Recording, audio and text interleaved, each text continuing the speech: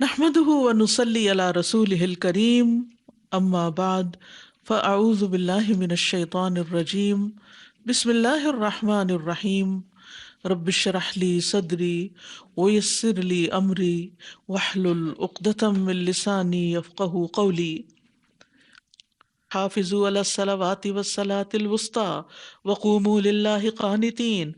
سب نمازوں کی حفاظت کرو، بالخصوص درمیانی نماز کی، اور اللہ کے لیے فرما بردار بن کر کھڑے ہو جاؤ۔ یہ جو گھریلو معاملات ہوتے ہیں نا، ان میں پڑھ کے بندہ نمازوں سے غافل ہونے لگتا ہے یا تاخیر کرنے لگتا ہے، بچوں میں مصروف ہیں، شوہر کی بات مان رہے ہیں، وہ مہمان آ گئے ہیں، اس کا بھی چکانا ہے، اس کا بھی دینا ہے، یہ بھی کرنا ہے، وہ بھی کرنا ہے، اور پیچھے رہ گئی نماز، اس میں ہم کمپرومائز کر جاتے ہیں، چلو جلدی جلدی پڑھ لو، یا یہ کہ تاخیر سے پڑھتے ہیں۔ نہیں، اول وقت پڑھو، خصوصاً عصر کی نماز، کیونکہ عصر کی نماز میں وہ آپ نے فرمایا کہ منافق جو ہوتا ہے وہ سورج غروب ہونے کا انتظار کرتا رہتا ہے، جب دھوپ پیلی پڑتی ہے تو اٹھ کے دو چار ٹکرے مار لیتا ہے، جیسے مرغا زمین پہ ٹھونکے مارتا ہے۔ تو اس لیے خاص طور پر نماز کی حفاظت اور عصر کی نماز کی حفاظت کی بات کی گئی، اور نماز اسلام کی بنیادی تعلیم ہے، ایمان کی علامت ہے، نماز کی حفاظت مسلمان کی علامت ہے، اور دنیا کے کاموں کی وجہ سے نماز سے غافل نہیں ہونا چاہیے۔ نماز کا وقت داخل ہوتے ہی کام کاج چھوڑ کے نماز کی طرف چل پڑنا چاہیے۔ حالت جنگ میں بھی نماز کی حفاظت کا حکم ہے۔ صلاۃ الخوف کی تفصیل آتی ہے قرآن میں کہ دیر اینڈ دین اسی وقت انسان پڑھے، اس کا پورا طریقہ سکھایا گیا ہے۔ پھر اسی طرح نبی صلی اللہ علیہ وسلم کے جو آخری کلمات تھے وہ کیا تھے؟ نماز کی حفاظت کرو، الصلاۃ الصلاۃ، اور اپنے غلاموں کے بارے میں اللہ سے ڈرو۔ تو جو نماز کی حفاظت کرے گا وہ دیگر عبادات کی بھی حفاظت کرے گا، وہ بندوں کے حقوق کی بھی حفاظت کرے گا، اور ایسے لوگوں سے اللہ کا وعدہ ہے والذین هم علی صلاتهم یحافظون اولئک فی جنات مکرمون، جو اپنی نمازوں کی حفاظت کرتے ہیں یہی لوگ جنتوں میں عزت دیے جانے والے ہیں۔ نبی صلی اللہ علیہ وسلم نے فرمایا جو ایمان کے ساتھ انہیں ادا کرے گا وہ جنت میں داخل ہوگا، یعنی جس نے 5 نمازوں کی، ان کے وضو، رکوع اور سجود اور اوقات کی حفاظت کی۔ کس کس چیز کی؟ وضو کی، رکوع، سجدہ اور وقت کی۔ یعنی جب جلدی پڑتا نا تو انسان سجدے رکوع میں ہلتے ہلتے ہی اٹھ کھڑا ہوتا ہے تو وہ نہیں ہوتی ادا۔ جو فرض نمازوں کی حفاظت کرتا ہے وہ غافلوں میں نہیں لکھا جاتا، اور عصر کے وقت جو ہے وہ فرشتے حاضر ہوتے ہیں، اور نبی صلی اللہ علیہ وسلم نے خاص طور پر عصر کی نماز چھوڑنے کو اعمال کی بربادی کا باعث بتایا۔ فرمایا جس نے عصر کی نماز چھوڑ دی اس کے اعمال ضائع ہو گئے، باطل ہو گئے، گویا اس کا گھر بار برباد ہو گیا، یعنی جو عصر کی نماز چھوڑ دے۔ وقوموا للہ قانتین، اور اللہ کے لیے فرما بردار بن کے کھڑے ہو جاؤ۔ تو نماز میں قیام بھی فرض ہے، یعنی نماز کے دوران نہ تو کھڑے ہو کے بات چیت کرنی چاہیے، اور خشوع کے ساتھ کھڑے ہونا چاہیے، جو اذکار اور سورۃ فاتحہ وغیرہ بتائے گئے ہیں وہ پڑھنی چاہیے، اور نماز میں لمبا قیام کرنا چاہیے۔ قیام جو ہے یہ نماز کا ایک رکن ہے، اور جو قدرت رکھتا ہے اس کے لیے قیام کرنا لازم ہے۔ نبی صلی اللہ علیہ وسلم نے اس کا حکم دیا ہے، اور لمبے قیام والی نماز زیادہ افضل ہوتی ہے، جس میں انسان زیادہ لمبا کھڑا ہوتا ہے۔ جس کو ظاہر ہے قرآن زیادہ یاد ہوگا وہ لمبا قیام بھی کر سکے گا، تو اس کے لیے پھر قرآن حفظ کرنا چاہیے، کچھ لمبی لمبی صورتیں، اور انفرادی نمازوں میں زیادہ طویل قیام کرنا چاہیے۔ اگر جماعت کا وقت ہو، آپ امام ہو، تو پھر بہت لمبی نماز نہ پڑھائیں، کیونکہ اس سے دوسروں کو تکلیف ہوتی۔ اور یہ جو کہا گیا نا للہ قانتین، تو اس میں خشوع کا بھی حکم ہے، یعنی فرما بردار بن کر، کیونکہ یہ جنت کو واجب کرنے والا عمل ہے۔ جس لحاظ سے نماز کے اندر حسن اور خوبصورتی ہوگی اسی لحاظ سے اجر و ثواب ہوگا۔ خشوع جو ہے، خشوع نہ کرنے والوں کی مذمت بھی کی گئی ہے، تو اللہ سبحانہ وتعالیٰ ہمیں بہترین نمازوں کی توفیق دے۔ فَإِنْ خِفْتُمْ فَرِجَالًا أَوْ رُكْبَانًا فَإِذَا أَمِنْتُمْ فَاذْكُرُوا اللَّهَ كَمَا عَلَّمَكُمْ مَا لَمْ تَكُونُوا تَعْلَمُونَ۔ پھر اگر تمہیں دشمن کا خوف ہو تو پیدل یا سواری بھری نماز پڑھ لو، جس حال میں ہو پڑھ لو۔ ویسے تو منع ہے پیدل نماز پڑھنا، چلتے چلتے نماز منع ہے، یا گاڑی چلاتے چلاتے یا گاڑی میں بیٹھ کے نماز پڑھنا منع ہے فرض، لیکن اگر خوف ہو تو پھر اس صورت میں اسی حال میں پڑھ لو۔ پھر جب تم امن میں آ جاؤ تو اللہ کو یاد کرو جیسے اس نے تمہیں سکھایا ہے جو تم نہیں جانتے تھے. تو یاد رکھیے خوف کی حالت میں نماز کی شرائط ساقط ہو جاتی ہیں، نماز کی رکعات کی تعداد بھی کم ہو جاتی ہے. فَإِذَا أَمِنْتُمْ فَاذْكُرُوا اللَّهَ كَمَا عَلَّمَكُمْ مَا لَمْ تَكُونُوا تَعْلَمُونَ. پھر جب تم امن میں ہو تو اللہ کو خوب یاد کرو، یعنی نماز میں اور نماز کے علاوہ اللہ کا ذکر کرتے رہو. کیسے؟ کما علمکم، اس کے سکھائے ہوئے طریقے کے مطابق، من گھڑت طریقے مت نکالو ذکر کرنے کے. ما لم تکونوا تعلمون کما علمکم ما لم تکونوا تعلمون، جو تم پہلے نہیں جانتے تھے. تو اس سے علم کی فضیلت پتہ چلتی ہے. تو اس میں ایک بات تو یہ ہے کہ نبی صلی اللہ علیہ وسلم کے طریقے پر نماز پڑھنی چاہیے، جیسے آپ نے فرمایا صلو کما رأیتمونی اصلی. اور مسنون نماز پڑھنے والے کے لیے ہی اللہ اور رسول کا ذمہ ہے، یعنی ان کی بخشش کا ذمہ ہے. لوگ دور دور سے آ کر نبی صلی اللہ علیہ وسلم سے نماز کا طریقہ سیکھتے تھے، اور صحابہ ایک دوسرے کو بیٹھ کر نماز کے طریقے سکھاتے تھے. ہمیں بھی یہ سنت ریوائز کرنی چاہیے. اور خاص طور پر جیسے کسی مسجد میں آپ گئے ہیں جمعہ پڑھنے یا ویسے، تو آپ نے دیکھا ہوگا کہ لوگ کئی غلطیاں کر رہے ہوتے ہیں، تو انہیں بہت پیار سے اچھے طریقے سے کوئی ایک سٹیپ بتا دینا چاہیے کہ یہ چیز ایسے نہیں ایسے کر لیں، لیکن پیچھے نہ پڑ جائیں، کیونکہ آپ نماز میں اپنی نماز پہ فوکس کریں، کیونکہ اس سے آپ کا اپنا خشوع خراب ہو جائے گا. لیکن کچھ چیزیں اتنی آبویس ہوتی ہیں، مثلاً امام سے پہلے رکوع میں چلے گئے، اب آپ آنکھیں بند نہیں کر کے نماز پڑھ سکتے. آپ کو نظر آ رہا ہے کہ وہ آپ کا ساتھی جو ہے وہ پہلے رکوع کر رہا ہے، پہلے اٹھ رہا ہے، پہلے سجدے میں جا رہا ہے، پہلے اٹھ رہا ہے، تو نماز کے بعد اس کا ہاتھ پکڑ لیں، پیار سے کہیں کہ امام کے پیچھے جب نماز پڑھتے ہیں تو امام کو فالو کرتے ہیں، پہلے نہیں جا سکتے، نماز نہیں ہوتی. بس مختصر سی بات کریں. اور اتق اللہ کے بعد کچھ لوگ تو مان جاتے ہیں اور کچھ لوگ اکڑ جاتے ہیں، تو کوئی بات نہیں، امر بالمعروف اور نہی عن المنکر بھی فرض ہے نا. پھر فرمایا والذین یتوفون منکم ویذرون ازواجا وصیۃ لازواجہم متاعا الی الحول غیر اخراج فإن خرجن فلا جناح علیکم فیما فعلن فی انفسہن من معروف واللہ عزیز حکیم. اور جو لوگ تم میں سے فوت ہو جائیں اور بیویاں چھوڑ جائیں، وہ اپنی بیویوں کے لیے 1 سال تک بغیر گھر سے نکالے فائدہ پہنچانے کی وصیت کریں. ہاں اگر وہ عورتیں خود نکل جائیں تو تم پر کوئی گناہ نہیں، جو بھی وہ اپنی ذات کے بارے میں بھلے طریقے سے فیصلہ کریں، اور اللہ بہت زبردست خوب حکمت والا ہے. یہ ابتدائے اسلام کا حکم ہے. آیت کا مطلب یہ ہے کہ کسی آدمی کی موت قریب ہو تو وہ اپنی بیویوں کے لیے وارثوں کو وصیت کر کے جائے کہ انہیں 1 سال تک اس گھر کے اندر رہنے دینا، یہاں سے مت نکالنا، اور ان کا نان نفقہ بھی دیتے رہنا. لیکن اگر وہ خود ہی اس گھر کو چھوڑ دیں تو پھر ان کا وہ خود اپنی ذمہ دار ہیں، اولیاء پہ گناہ نہیں. تو پھر اس کے بعد کیا ہوا؟ میراث میں جب حصہ مقرر ہو گیا تو عدت کی مدت بھی پہلے 1 سال تھی، لیکن اب عدت کی مدت 4 ماہ 10 دن کر دی گئی، اور میراث میں حصہ دے کر اس کے بعد عورت کو 4 ماہ کے بعد 4 ماہ 10 دن اسی گھر میں رہنا ہے. اس کا مطلب ہے وہ گھر ان دنوں میں نہیں بکے گا، نہ تقسیم ہوگا جب تک وہ بیوہ اس کے اندر ہے. اس کے بعد تقسیم ہوگا، بیوہ کے ٹھکانہ الگ بنا دیا جائے یا وہ بچوں کے ساتھ چلی جائیں، لیکن یہ ہے کہ گھر وارثوں میں تقسیم ہو. یہ بہت بڑی غلطی ہمارے ہاں پائی جاتی ہے کہ جس میں پورے کا پورا بیوی کو دے دیا جاتا ہے ول کے ذریعے اور باقی وارثوں کو محروم کر دیا جاتا ہے. تو یہ چیز درست نہیں ہے. زمانہ جاہلیت میں عدت کی بہت خراب قسم کی رسمیں ہوتی تھیں. یعنی جب کسی عورت کا شوہر فوت ہو جاتا تو اس کو ایک نہایت تنگ و تاریک کوٹھڑی میں داخل کر دیا جاتا، برے برے کپڑے پہنتی، خوشبو نہیں لگاتی، یہاں تک کہ نہاتی دھوتی بھی نہیں تھی، اور اس کے اندر اتنی گندگی اور سڑاند ہو جاتی تھی کہ کوئی جانور بھی اس کے پاس لایا جاتا تھا تو وہ بھی مرنے کے قریب ہو جاتا تھا. تو اسلام نے آ کر یہ ایسی ناروا پابندیاں ہٹا دیں.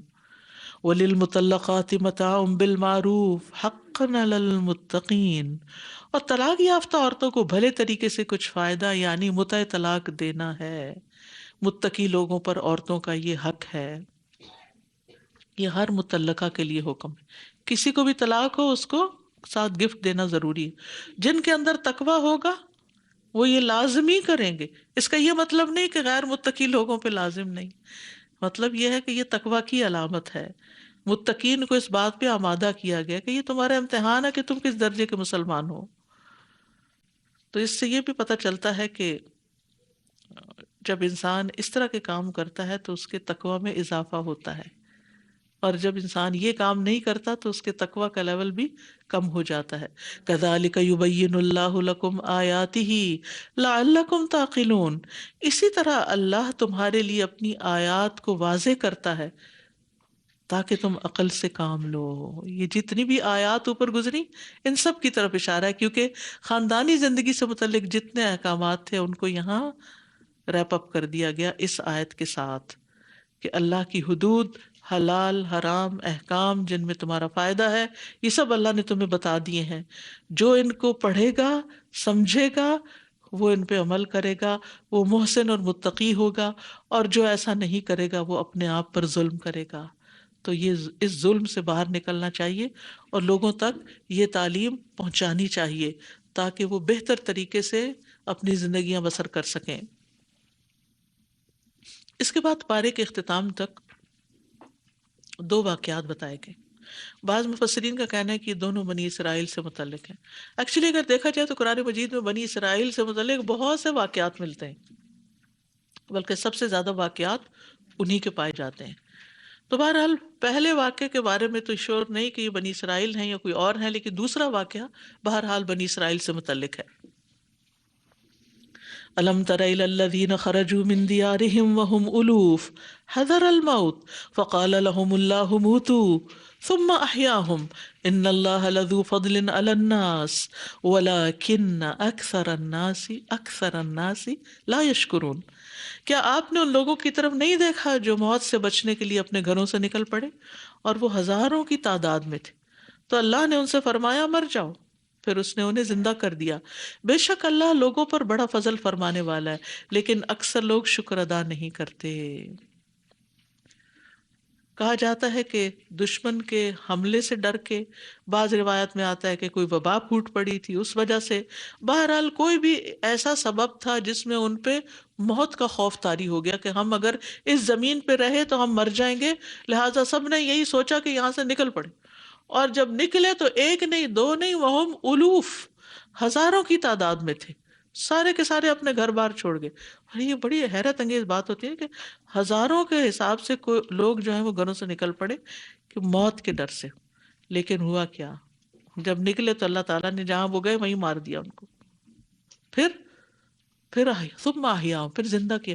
یہ حیرت انگیز بات ہے، ہزاروں لوگ مار بھی دیے، ہزاروں لوگ اٹھا بھی دیے۔ قیامت کے دن ایسا ہی ہوگا۔ یہ بتانے کا مقصد یہی ہے کہ اللہ کے لیے ایک لمحے میں سب مخلوق کو اٹھا دینا آسان ہے، اس کے لیے کچھ مشکل نہیں۔ لیکن ہوا کیا؟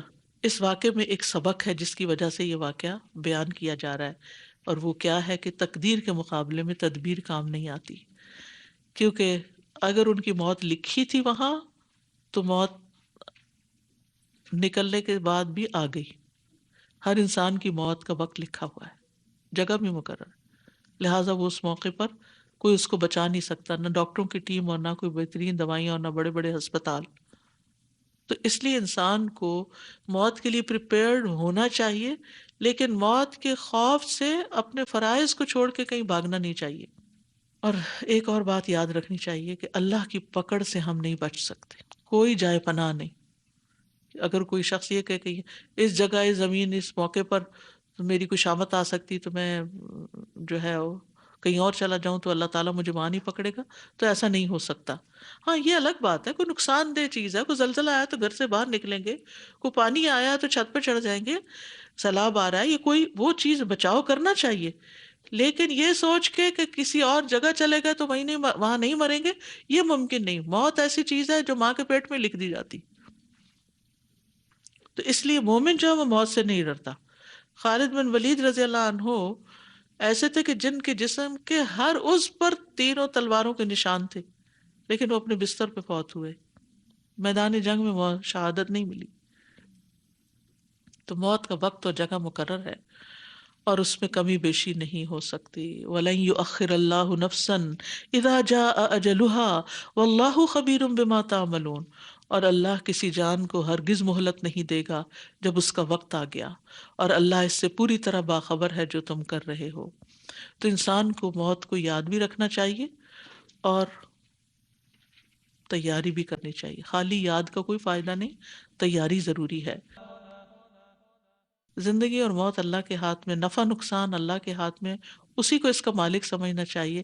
اور جب اللہ کوئی ہمیں نعمت عطا کرے تو شکر ادا کرنا چاہیے، کیونکہ اللہ تعالیٰ شکوہ کر رہے ہیں بندوں سے کہ اکثریت لوگوں کی میجورٹی جو ہے وہ ناشکری ہے، تو ہمیں اس سے ڈرنا چاہیے۔ ناشکری جو ہے وہ کفر ہے، تو اس کفر سے بچنا چاہیے جو اللہ کو ناراض کرنے والا ہے۔ وَقَاتِلُوا فِي سَبِيلِ اللَّهِ وَاعْلَمُوا أَنَّ اللَّهَ سَمِيعٌ عَلِيمٌ، اور اللہ کے راستے میں جنگ کرو اور خوب جان لو کہ اللہ خوب سننے والا، خوب جاننے والا ہے۔ یعنی وہ دشمن کے ڈر سے بھاگے تھے تو کہا کہ دشمن کا مقابلہ کرنا چاہیے اور اللہ کی خاطر کرنا چاہیے، نہ کہ بھاگ نکلنا چاہیے۔ پھر فرمایا من ذا الذی، کیونکہ ہمارے دین میں آپ دیکھیے کہ جنگیں ہر قوم و ملت میں ہوتی، یعنی کتنے ہی ملک ہیں جو خود انویٹ کر دیتے ہیں، خود جنگیں شروع کر دیتے ہیں۔ بلکہ ہم تاریخ، انسانوں کی تاریخ جو اگر ہسٹری کی کوئی بھی کتاب پڑھیں تو سب سے زیادہ آپ کو کیا چیز ملے گی؟ جنگوں کے حالات ملیں گے، کہ جہاں بادشاہوں کے قصے ہمارے ساتھ جنگیں بھی ہیں، دیکھیں کامن فنامنا۔ لیکن اسلام ان سب سے الگ ہٹ کر جنگ کا مقصد بتاتا ہے، اور وہ کیا ہے؟ صرف اللہ کے دین کی خاطر، اللہ کو راضی کرنے کے لیے۔ من ذا الذی یقرض اللہ قرضا حسنا فیضاعفہ لہ اضعافا کثیرہ واللہ یقبض ویبسط والیہ ترجعون۔ کون ہے وہ جو قرض دے اللہ کو قرض حسنا تو وہ اسے اس کے لیے کئی گنا زیادہ بڑھا دے، اور اللہ ہی تنگی کرتا ہے اور کشادگی بھی، اور اسی کی طرف تم لوٹائے جاؤ گے۔ جب جہاد ہوتا ہے، جنگ ہوتی ہے، تو پھر مال کی بھی ضرورت پڑتی ہے۔ پہلے زمانے میں، نبی صلی اللہ علیہ وسلم کے زمانے میں کوئی اسٹیبلشڈ آرمی نہیں ہوتی تھی، کوئی اس کے ٹیکسز نہیں ہوتے تھے، کوئی سسٹم نہیں تھا، تو لوگ ہر جنگ کے موقع پر اپنے مال و متاع اللہ کے راستے میں دیتے تھے، اور اس سے گھوڑے، تلواریں، تیر وغیرہ خریدے جاتے تھے اور جنگ کی جاتی تھی۔ تو اس ایسے مال کو جو اللہ کے دین کی ترقی کے لیے دیا جائے، چاہے وہ جنگ میں دیا جائے، چاہے وہ اس کے علاوہ جیسے تعلیم کے لیے دیا جائے، یا کوئی جیسے مساجد بنانے کے لیے، یا کوئی، یہ سب اللہ اس کو اپنے ذمہ قرض لیتا ہے۔ کیونکہ اب آپ مسجد بنائیں گے، مسجد تو آپ کو کچھ نہیں دے گی، یا آپ کسی طالب علم کو پڑھاتے ہیں یا کوئی کتابیں خرید کے دیتے ہیں، تو وہاں سے آپ کو کیا ریٹرن ملے گا؟ ہاں، اللہ کے طرف سے تو ملے گا۔ تو اس کو اللہ تعالیٰ اپنے اوپر قرض قرار دیتے ہیں۔ تو قرض حسنہ، اور قرض ہی نہیں، قرض حسنہ قرار دیتے ہیں، اور یہ اللہ کی راہ میں خرچ کرنا ہے، کیونکہ جب انسان اللہ سبحانہ وتعالیٰ کے راستے میں خرچ کرتا ہے تو اس کا فائدہ انسان ہی کو پہنچتا ہے، اور اللہ تعالیٰ کا وعدہ ہے کہ پورا پورا واپس لوٹاؤں گا۔ نہ صرف یہ کہ اتنا، بلکہ کئی گنا بڑھا کر، 700 گنا، اور پھر ایک لقمہ پہاڑ بن جاتا ہے۔ اور صدقے کا اجر جنت کے دروازے پہ لکھا ہوا ہے کہ صدقے کا ثواب 10 گنا اور قرضے کا ثواب 18 گنا ہے۔ بہرحال آپ دنیا میں کہیں مال انویسٹ کرتے ہیں، کتنے پرسنٹ ملتا ہے؟ 10%۔ یہاں کیا ہے؟ 700 گنا۔ جو فی سبیل اللہ خرچ کرتے ہیں ان کی مثال وہ ایک بالی کی طرح ہے جس میں 100 دانے، اور پھر ایک دانے سے 7 بالیاں نکلی تو 700 ہو گئے، اور اللہ اس سے بھی زیادہ بڑھا دیتا ہے۔ تو اللہ کی خاطر جو مال انسان خرچ کرتا ہے اس کا صرف 10 گنا ثواب نہیں، بہت زیادہ اجر و ثواب ہے۔ اس لیے دین کے راستے میں، دین کی تعلیم کے لیے، تبلیغ کے لیے، اس کو پھیلانے کے لیے، اس کی نشر و اشاعت کے لیے، اس میں جتنی بھی چیزیں استعمال ہو رہی ہوں، وہ ساری کی ساری اللہ کے ذمہ قرض ہوتی چلی جاتی ہیں۔ اور اللہ قبض بھی کرتا ہے، اور اللہ پھیلا بھی دیتا ہے، روک بھی لیتا ہے، دے بھی دیتا ہے، اور اسی کی طرف تم لوٹائے جاؤ گے۔ یعنی رزق تنگ کرنا اور کشادہ کرنا اللہ کے اختیار میں ہے، اور جس کو چاہتا ہے، جتنا چاہتا ہے وہ دیتا ہے، اور دیتے دیتے روک بھی سکتا ہے۔ اگر تم اللہ کے پاس، اللہ کی راہ میں خرچ نہیں کرو گے تو مت سوچو کہ ہم مال ہمیشہ تمہارے ہی پاس رہے گا، اللہ کسی اور طریقے سے بھی نکلوا لے گا۔ اللہ کے پاس کمی نہیں ہے، اللہ کو ضرورت نہیں ہے، لیکن یہ بندوں کا امتحان ہوتا ہے کہ رزق کی کشادگی بندوں کے لیے آزمائش بن جاتی ہے۔ تو اللہ کی اطاعت جو ہے یا اللہ کے راستے میں خرچ کرنے سے رزق میں اضافہ ہوتا ہے، اور یہ شکر ادا کرنے کا طریقہ ہے۔ اور جب انسان اللہ کے راستے میں خرچ نہیں کرتا تو یہ ناشکری ہے، اور اس سے جو بچا بچا کے رکھتا وہ بھی کسی نہ کسی طرح نکل جاتا ہے۔ نبی صلی اللہ علیہ وسلم یہ دعا بھی مانگا کرتے تھے، اللہم لا قابض لما بسطت ولا باسط لما قبضت ولا ہادی لمن اضللت ولا مضل لمن ہدیت ولا معطی لما منعت ولا مانع لما اعطیت ولا مقرب لما باعدت ولا مباعد لما قربت واعوذ بک من شر ما اعطیتنا ومن شر ما منعتنا۔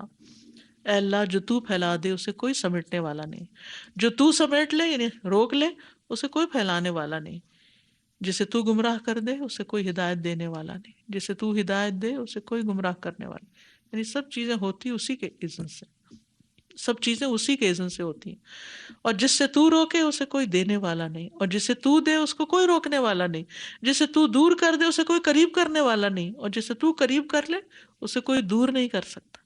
اور میں تیری پناہ مانگتا ہوں اس چیز کے شر سے جو تو نے ہمیں عطا کی، اور اس چیز کے شر سے جو تو نے ہم سے روک لی۔ یعنی کچھ چیزیں ملتی ہیں تو اس میں ہم خوش ہو جاتے ہیں، لیکن اس کے اندر سے بھی شر نکل آتا ہے، اور کچھ چیزیں نہیں ملتی تو ہم اداس ہوتے ہیں، حالانکہ اللہ نے ہم سے شر روکا ہوتا ہے نہ دے کے۔ تو جب کوئی چیز ملتے ملتے رک جائے، بعض اوقات ایسا ہوتا ہے نا، کوئی منگنی ہوتی ٹوٹ جاتی ہے، رشتہ لیا، سب کچھ ہوا، پھر ختم ہو گیا، تو آپ یا ایون شادی ہو گئی تب بھی تو آپ سوچتے ہیں ہمارے ساتھ اچھا نہیں ہوا، پتہ نہیں اللہ نے کون سا شر روکا۔ عسیٰ ان تحبوا شیئا وہو شر لکم، ہو سکتا ہے کہ وہ شادی ہو جاتی اور بچے ہو جاتے تو بڑے مسائل میں گر جاتے تم۔ پھر دوسرا قصہ، الم تر الی الملأ من بنی اسرائیل من بعد موسیٰ اذ قالوا لنبی لہم ابعث لنا ملکا نقاتل فی سبیل اللہ قال هل عصیتم ان کتب علیکم القتال الا تقاتلوا قالوا وما لنا الا نقاتل فی سبیل اللہ وقد اخرجنا من دیارنا وابنائنا فلما کتب علیہم القتال تولوا الا قلیلا منہم واللہ علیم بالظالمین۔ کیا آپ نے موسیٰ کے بعد علیہ السلام بنو اسرائیل کے سرداروں کی ایک جماعت کو نہیں دیکھا؟ یعنی معلوم نہیں، دیکھنے سے مراد یہاں کیا آپ کو معلوم نہیں؟ جب انہوں نے اپنے نبی سے کہا کہ ہمارے لیے ایک بادشاہ مقرر کر دیں تاکہ ہم اس کی قیادت میں اللہ کے راستے میں لڑیں، اس نبی نے کہا کیا امید کی جا سکتی ہے تم سے کہ اگر تم پر جنگ کرنا فرض کر دیا جائے تو تم نہ لڑو؟ انہوں نے کہا اور کیا ہے ہمیں کہ ہم اللہ کے راستے میں نہ لڑیں جبکہ ہم اپنے گھروں اور بیٹوں سے نکال دیے گئے۔ پھر جب ان پر جنگ کرنا فرض کر دیا گیا تو ان میں سے چند ایک کے سوا سب منہ موڑ گئے، اور اللہ ظالموں کو خوب جاننے والا ہے۔ تو یہاں بنی اسرائیل حسب عادت اپنے طریقوں پر نظر آتے ہیں۔ ابن کثیر وغیرہ مفسرین نے جو واقعہ بیان کیا اس کا خلاصہ کچھ یوں ہے کہ موسیٰ علیہ السلام کے دنیا سے جانے کے بعد بنی اسرائیل کچھ عرصہ تو ٹھیک رہے، لیکن پھر ان میں انحراف آ گیا، دین میں بدعات ایجاد کر لی، حتیٰ کہ بتوں کی پوجا شروع کر دی۔ انبیاء ان کو روکتے لیکن یہ باز نہ آتے، حتیٰ کہ ان کو بھی قتل کر دیتے۔ قرآن پیچھے آپ پڑھ چکے ہیں، انبیاء کو قتل کرتے تھے۔ تو ان خرابیوں کے نتیجے میں اللہ نے ان کے دشمنوں کو ان پر مسلط کر دیا، جنہوں نے ان کے علاقے بھی ان سے چھین لیے اور ان کی ایک بڑی تعداد کو قیدی بھی بنا لیا، اور ان میں نبوت وغیرہ کا سلسلہ بھی کچھ منقطع ہو گیا۔ پھر بالآخر بعض لوگوں کی دعاؤں کے نتیجے میں ایک نبی پیدا ہوئے، سموئیل جن کا نام بتایا جاتا ہے۔ انہوں نے دعوت و تبلیغ کا کام شروع کیا، تو کچھ لوگ اکٹھے ہو کر ان کے پاس آئے اور مطالبہ کیا کہ ہمارے لیے ایک بادشاہ مقرر کریں جس کی قیادت میں ہم دشمنوں سے لڑیں۔ تو پیغمبر نے ان کے پچھلے کردار کے مطابق کہا کہ مطالبہ تو تم کر رہے ہو، لیکن میرا اندازہ یہ ہے کہ تم اپنی بات پہ قائم رہنے والے نہیں ہو۔ چنانچہ ایسا ہی ہوا جیسے قرآن نے کہا۔ تو بہرحال اس آیت سے یہ بھی پتہ چلتا ہے کہ کسی بڑے کام کے کرنے کے لیے، منظم طور پہ کام کرنے کے لیے کسی کو امیر مقرر کرنا، ذمہ دار مقرر کرنا ضروری ہوتا ہے۔ پھر اسی طرح یہ ہے کہ جو کام انسان کر نہ سکے اس کے لیے بڑے بڑے دعوے نہیں کرنے چاہیے۔ اور اس کے لیے دوسروں سے تعاون کے مطالبے نہیں کرنے چاہیے. مثلا کوئی شخص فنڈ ریزنگ شروع کر دے، میں ایک ہاسپٹل بنانے جا رہا ہوں تو تم میرے لیے فنڈ اکٹھا کرو. بھئی آپ اپنی حیثیت دیکھیں، آپ کو کوئی سمجھ بوجھ بھی ہے آپ اسپتال بنانے کی، یا ایسے ہی پیسہ جمع کر رہے ہو؟ کئی دفعہ ایسے ہوتے ہیں پروجیکٹس بندہ دھند بغیر پلاننگ کے شروع کر لیے جاتے ہیں اور وہ لوگوں کا پیسہ برباد ہو جاتا ہے. کچھ لوگ تو اپنے بزنس میں یہی کرتے ہیں، بغیر پلاننگ کے انویسٹمنٹ کرتے ہیں اور پھر سب کچھ ڈبو کے بیٹھ جاتے ہیں. بہرحال خود کو مشکل میں ڈالنے سے بچنا چاہیے. انسان کسی بھی کام کو شروع کرنے سے پہلے یہ دیکھے کہ میں اس کا اہل بھی ہوں یا نہیں، میں یہ کرنے کے قابل ہوں یا نہیں، اور اگر آپ اس کام کے کرنے کے قابل نہیں تو آپ اس کو شروع مت کریں. اسی طرح خود کو فتنوں میں بھی نہیں ڈالنا چاہیے بلکہ عافیت کی دعا مانگنی چاہیے، جیسے نبی صلی اللہ علیہ وسلم نے عافیت کی دعا سکھائی صبح شام پڑھنے کی، اور اسی طرح خاص طور پر فتنہ دجال سے بچنے کی دعا. اب کیا ہوا؟ وقال لهم نبيهم ان الله قد بعث لكم طالوت ملكا قالوا انا يكون له الملك علينا ونحن احق بالملك منه ولم يؤت سعة من المال قال ان الله اصطفاه لكم عليكم وزاده بسطة في العلم والجسم والله يؤتي ملكه من يشاء والله واسع عليم. اور ان کے نبی نے ان سے کہا کہ بے شک اللہ نے تمہارے لیے طالوت کو بادشاہ مقرر کر دیا ہے. تو انہوں نے کہا اس کی بادشاہت ہم پر کیسے ہو سکتی ہے جبکہ ہم خود اس سے زیادہ بادشاہت کے حقدار ہیں، اور اسے تو مالی وسعت بھی عطا نہیں کی گئی. اس پر نبی نے کہا بے شک اللہ نے اسے تم پہ چن لیا، یہ اللہ کا فیصلہ ہے، اور اسے علم اور جسم کے اعتبار سے زیادہ وسعت دی ہے، اور اللہ جسے چاہتا ہے اپنی بادشاہت عطا کرتا ہے، اور اللہ وسعت والا خوب جاننے والا ہے. اصل میں طالوت اس نسل سے نہیں تھے جس سے بنی اسرائیل کے بادشاہوں کا سلسلہ چلا آ رہا تھا. یہ ایک غریب اور عام فوجی تھے، اس لیے انہوں نے ان پر اعتراض کیا.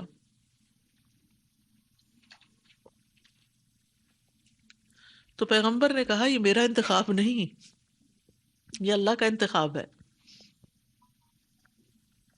تو اللہ سبحانہ و تعالیٰ نے ان کو کس بنا پہ منتخب کیا تھا؟ دو کوالٹیز، ایک علم میں زیادہ دوسرے لوگوں کے مقابلے، دوسرے جسمانی قوت اور صحت. لیڈرشپ کے لیے یہ دو کوالٹیز مسٹ ہیں.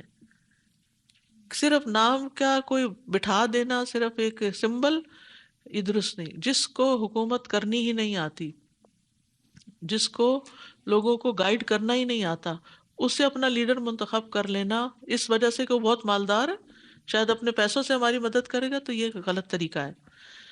تو بہرحال اللہ سبحانہ و تعالیٰ نے اس کو چن لیا، اس کو ذہنی اور علمی فضیلتیں عطا کی، جسمانی. اور پھر یہ بھی یاد رکھیے کہ جو علمی فضیلت ہے وہ جسمانی فضیلت سے بھی بہتر ہے. بہرحال جسمانی قوت کی اپنی جگہ اہمیت ہے. حضرت موسیٰ علیہ السلام جب مدین گئے تھے تو جس بچی نے اپنے والد کو کہا تھا کہ اس کو کام پہ رکھ لیں، تو اس نے کیا کہا تھا؟ ان خیر من استاجرت القوی الامین. بہترین آدمی جسے آپ اجرت پہ رکھنا چاہیں وہی ہو سکتا ہے جو طاقتور اور امین. طاقتوری سے مراد صرف جسمانی قوت ہی نہیں بلکہ جو کام اس کو دیا جا رہا ہے وہ کرنے کی طاقت رکھتا ہو. جبریل علیہ السلام کی صفت بھی آتی ہے قرآن میں، ذی قوت عند ذی العرش مکین، بڑی قوت والے ہیں، عرش والے کے ہاں بڑا رتبہ رکھتے ہیں، وہاں ان کا حکم مانا جاتا ہے، مطاع ثم امین، امانت دار ہیں. اور ویسے بھی یاد رکھیے قوی مومن اللہ کو زیادہ محبوب ہوتا ہے. یعنی اور قوت سے مراد جسمانی، ایمانی، اخلاقی ہر لحاظ سے قوت ہے. اور اس آیت سے جو چیز سمجھ آ رہی ہے وہ یہ کہ کمزور لوگوں کو کوئی ذمہ داری نہیں دینی چاہیے، اور جن کے اندر اہلیت نہ ہو پھر وہ کوئی ذمہ داری قبول کر لے تو وہ گناہ گار ہوں گے. یعنی ایک شخص کو پتا ہے میں یہ کام نہیں کر سکتا لیکن وہ اپنے آپ کو آفر کر دیتا میں کروں گا میں کروں گا. لوگوں کو بعض اوقات شوق ہوتا ہے نا لیڈرشپ کا، لیکن آپ کو پتا ہے نہ آپ کے پاس وقت ہے، نہ آپ کے پاس صحت ہے، نہ آپ کے پاس ہمت ہے، اور پھر بعض اوقات کہتے نہیں بھی لیکن اگر ان کے مقابلے میں کسی اور کو پریفر کیا جائے تو ناراض بھی ہو جاتے ہیں، پیچھے ہٹ جاتے ہیں، اب تو ہم کچھ بھی نہیں کریں گے کیونکہ ہمیں نہیں چنا گیا. تو یہ ذمہ داریاں جو ہوتی ہیں یہ ایک بہت بھاری چیز ہوتی ہیں. اس کا شوق نہیں رکھنا چاہیے اور اس کی امید بھی نہیں رکھنی چاہیے، اس سے بلکہ بچنا چاہیے، کیونکہ انسان کے اوپر سب کی ذمہ داری ہو جاتی ہے جن پر بھی وہ لیڈر بنایا جاتا ہے. پھر اسی طرح آپ دیکھیے کہ کچھ لوگوں کو جب ذمہ داری ملتی ہے تو وہ کسی اور کو کام میں شریک ہی نہیں کرتے، وہ سب کچھ خود ہی کرنا چاہتے ہیں، اس سے پھر ٹیم کے اندر محبت پیدا نہیں ہوتی۔ کچھ لوگ ڈرتے ہیں اور کسی اور کو آگے ہی نہیں آنے دیتے، انسیکیور ہوتے ہیں، وہ سمجھتے ہیں کہ شاید یہ آگے نکل گیا تو پھر مجھے تو کوئی مانے گا ہی نہیں۔ نہیں، ہمیں آ، دیکھیں، جو بہترین لیڈر ہوتا ہے نا وہ رائی ہوتا ہے، رائی پیچھے سے لیڈ کرتا ہے، آگے سے نہیں۔ رائی کون ہوتا ہے؟ شپرڈ۔ شپرڈ جو ہوتا ہے وہ بکریوں کو کہاں رکھتا ہے؟ ان کو آگے رکھتا ہے، یعنی اپنی ٹیم کو اپنے سے آگے رکھتا ہے، خود پیچھے رہ کے ان کی نگرانی کرتا ہے، ان کی حفاظت کرتا ہے، ان کے حقوق کی ٹیک کیئر کرتا ہے، واچ کرتا ہے، سپروائز کرتا ہے، لیکن ہر چیز میں دھونس اور ہر چیز میں ڈکٹیٹ کرانا یہ نہیں کرتا۔ وقال لهم نبيهم ان آیۃ ملکہ ان یأتیکم التابوت فیہ سکینۃ من ربکم وبقیۃ مما ترک آل موسیٰ وآل ہارون تحملہ الملائکہ ان فی ذلک لآیۃ لکم ان کنتم مؤمنین۔ اور ان کے نبی نے ان سے کہا کہ بے شک اس کی بادشاہت کی علامت یہ ہوگی کہ تمہارے پاس وہ تابوت واپس آ جائے گا جس میں تمہارے رب کی طرف سے تسکین بھی ہے، اور آل موسیٰ اور آل ہارون کے چھوڑے ہوئے بقیہ جات بھی ہیں جسے فرشتے اٹھائے ہوئے ہوں گے۔ یقیناً اس میں تمہارے لیے بے شک ایک بڑی نشانی ہے اگر ہو تم ایمان لانے والے۔ تو یہاں پر انہوں نے مزید کنفرم کیا، اشور کیا کہ ان کی بادشاہت کی نشانی کیا ہے، کہ تمہیں کامیابی ہوگی، تمہارے اوپر تمہارے جو وہ ایک باکس تھا جسے موسیٰ علیہ السلام کے اور دیگر لوگوں کے تبرکات تھے، وہ ان سے دشمنوں نے چھین لیا تھا، کہ وہ واپس آئے گا، اور یہ ہے کہ تمہارے رب کی طرف سے تمہیں سکینت نصیب ہوگی، لیکن یہ پھر بھی ماننے کو تیار نہ ہوئے۔ اور سکینت وہ اطمینان ہوتا ہے جو بندوں کے دلوں میں ڈالا جاتا ہے، اور سکینت اللہ کی طرف سے آتی ہے۔ اور قرآن مجید میں 6 مقامات پر سکینت کا ذکر ہے، کہ مشکل وقت میں، بیماریوں میں، تکلیفوں میں، خوف کے وقت اس کو پڑھنا چاہیے، دل کے سکون کا باعث بنتا ہے، بے قراری اور بے چینی دور ہوتی ہے، ایمان میں اضافے کا سبب ہے ان آیات کا پڑھنا، کیونکہ اس سے اللہ کے اوپر توکل بڑھتا ہے۔ اب کیا ہوا؟ ان کو یقین دلا کے لشکر لیا اور چل پڑے وہ۔ فلما فصل طالوت بالجنود قال ان اللہ مبتلیکم بنہر فمن شرب منہ فلیس منی ومن لم یطعمہ فانہ منی الا من اغترف غرفۃ بیدہ فشربوا منہ الا قلیلا منہم فلما جاوزہ هو والذین آمنوا معہ قالوا لا طاقۃ لنا اليوم بجالوت وجنودہ قال الذین یظنون انہم ملاقو اللہ کم من فئۃ قلیلۃ غلبت فئۃ کثیرۃ باذن اللہ واللہ مع الصابرین۔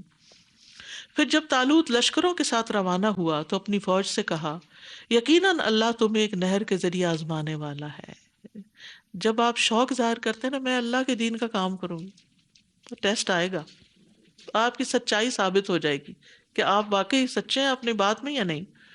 تو جس نے اس میں سے، تو انہوں نے کہا کہ اللہ تمہیں ایک نہر کے ذریعے آزمانے والا ہے، دنیا کی نعمتیں آزمائش بنتی ہیں، تو جس نے اس میں سے سیر ہو کے پانی پی لیا تو وہ مجھ سے نہیں، اور جس نے اس کو نہیں چکھا تو یقیناً مجھ سے ہے، مگر جو اپنے ہاتھ سے ایک چلو بھر لے تو سوائے چاند دیکھ کے انہوں نے اس میں سے پانی پی لیا، خوب پانی پیا، پیاسے تھے، ظاہر سفر کر رہے تھے۔ پھر جب اس نے اور ان لوگوں نے جو اس کے ساتھ ایمان لائے تھے اس نہر کو پار کر لیا تو وہ کہنے لگے، آج ہمارے پاس جالوت اور اس کے لشکروں کے ساتھ مقابلہ کرنے کی کوئی طاقت نہیں۔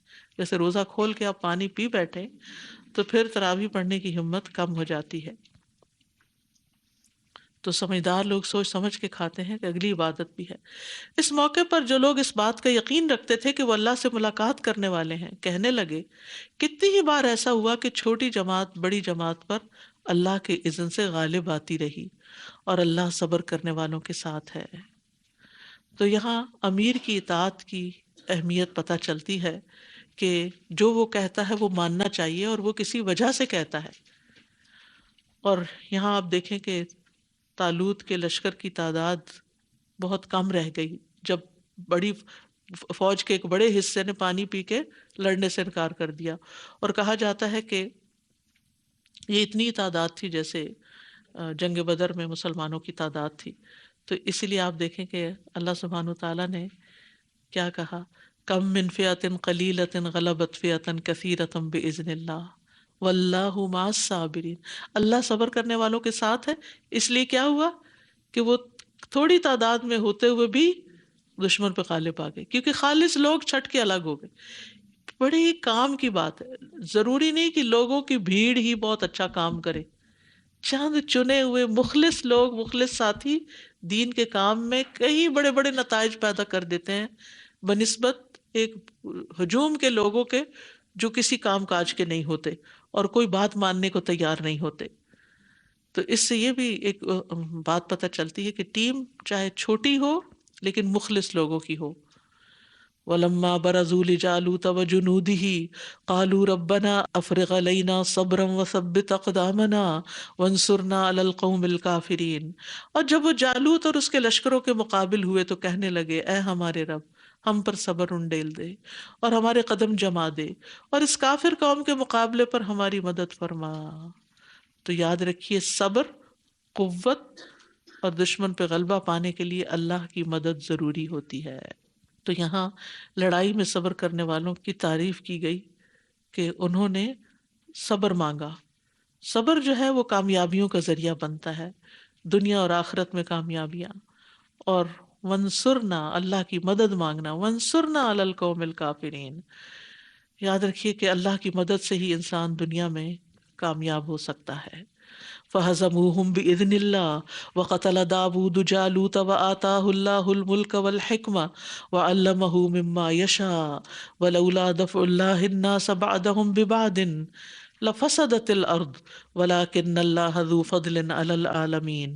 تو انہوں نے اللہ کے اذن سے ان دشمنوں کو شکست دے دی اور داؤد نے جالوت کو قتل کر دیا، اور اللہ نے اسے بادشاہت اور حکمت عطا کی اور اسے جو چاہا سکھایا. اور اگر اللہ بعض لوگوں کو بعض کے ذریعے نہ ہٹائے تو زمین میں فساد پھیل جائے، لیکن اللہ جہان والوں پر فضل فرمانے والا ہے. تو اللہ تعالیٰ نے داؤد علیہ السلام کے ذریعے دشمن کو شکست دلوا دی. داؤد علیہ السلام اس لشکر طالوت میں ایک عام سپاہی کی حیثیت سے داخل تھے، لیکن ایسی بہادری کے جوہر دکھائے کہ اللہ نے اس کے صلے میں ان کو بادشاہت اور نبوت دونوں عطا کر دی. جب آپ دین کا کام بے لوث ہو کر کرتے ہیں، بغیر کسی لالچ کے اور عاجزی کے ساتھ کرتے ہیں، ایک معمولی انسان کی حیثیت سے، ضروری نہیں کہ لیڈر کی حیثیت سے. یہاں اللہ تعالیٰ نے طالوت کا ذکر نہیں کیا، داؤد علیہ السلام کا کیا، اور پھر ان کو ملنے والے انعام کا ذکر کیا. ہم بعض اوقات دین کا کام کرتے ہیں، لوگوں سے انعام کی توقع رکھ بیٹھتے ہیں، یہ مجھے کیا دے گا، وہ مجھے کیا دے گا. جو اللہ دینے والا نا آپ کو دنیا میں اور آخرت میں، وہ کوئی بھی نہیں دینے والا. تو اس لیے ہمیں ہمیشہ اپنی نیتوں کو پیوریفائی کرتے رہنا چاہیے کہ مجھے لوگوں سے کچھ نہیں چاہیے، اللہ ہی دے گا، اللہ ہی دلوائے گا.